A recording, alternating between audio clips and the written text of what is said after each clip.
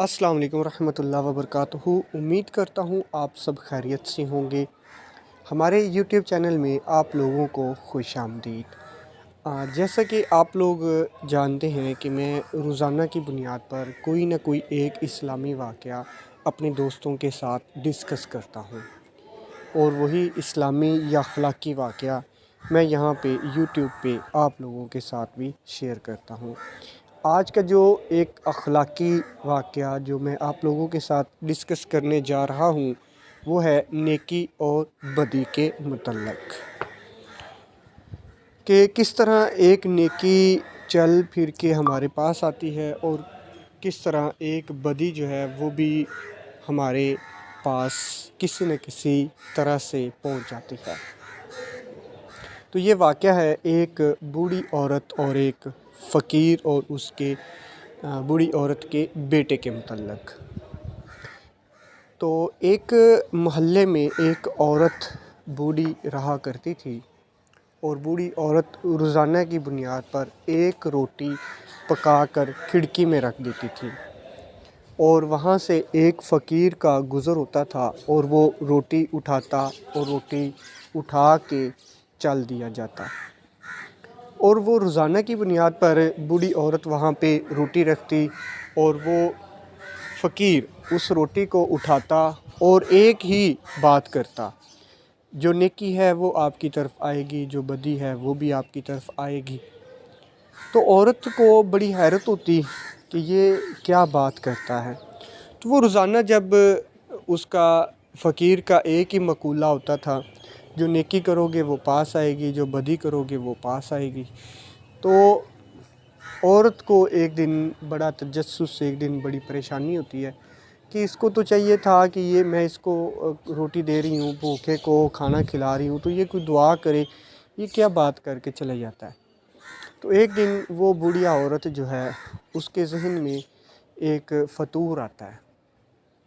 वो जब रोटी पकाती है तो रोटी में ज़हर मिला देती है। ज़हर मिला के ज़हर मिली रोटी वो खिड़की में रख देती है, और जब फ़कीर के आने का टाइम होता है, वो ज़हर मिली रोटी उठाने ही लगता है। उठाने का टाइम जब आता है तो वो बुढ़िया औरत जो है उसके दिल में जज्बा ईमानी या दिल में खौफ़ खुदा डर पैदा होता है। वो कहती है कि मैं किसी बंदे को क्यों मारूं। फिर वो रोटी उठाती है और वो रोटी को ज़ाया कर देती है और नई रोटी बना के वहाँ पे रख देती है, और फ़कीर आता है, वो रोटी उठाता है और वही बात करके चले जाता है। तो क्या देखती है कि एक दिन शाम के टाइम उसका बेटा, जो कि कहीं शहर से दूर दराज इलाके में नौकरी के लिए गया हुआ था, वो भूखा प्यासा लड़खड़ाता हुआ घर की दहलीज़ पर आ गिरता है। औरत भाग के देखती है, क्या देखती है कि वो उसका बेटा होता है, जो कि बहुत ही भूखा प्यासा होता है। तो औरत अपने बेटे को संभालती है, संभालने के बाद खाना शाना खिला के उससे पूछती है कि क्या मामला है, क्या माजरा हुआ है। तो वो बंदा, उसका बेटा बताता है कि मैं इस तरह से रास्ता भटक गया था, जिस काफ़िले के साथ मैं गया था वो काफ़िला मुझे रास्ते में ही छूट गया मुझसे, तो मैं रास्ता तब्दील हो गया मेरा, मैं रास्ता भटक गया और जंगल के रास्ते से होते हुआ भूखा प्यासा, तो एक फ़कीर मेरे पास से गुज़रा था, उसको मैंने दरख्वास्त की थी कि आपकी मेहरबानी, आप मुझे खाने पीने के लिए कुछ दे दें। तो उसके पास एक रोटी थी, वो रोटी मैंने खाई और कुछ मुझे एनर्जी मिली और मैं यहाँ तक पहुँच आया।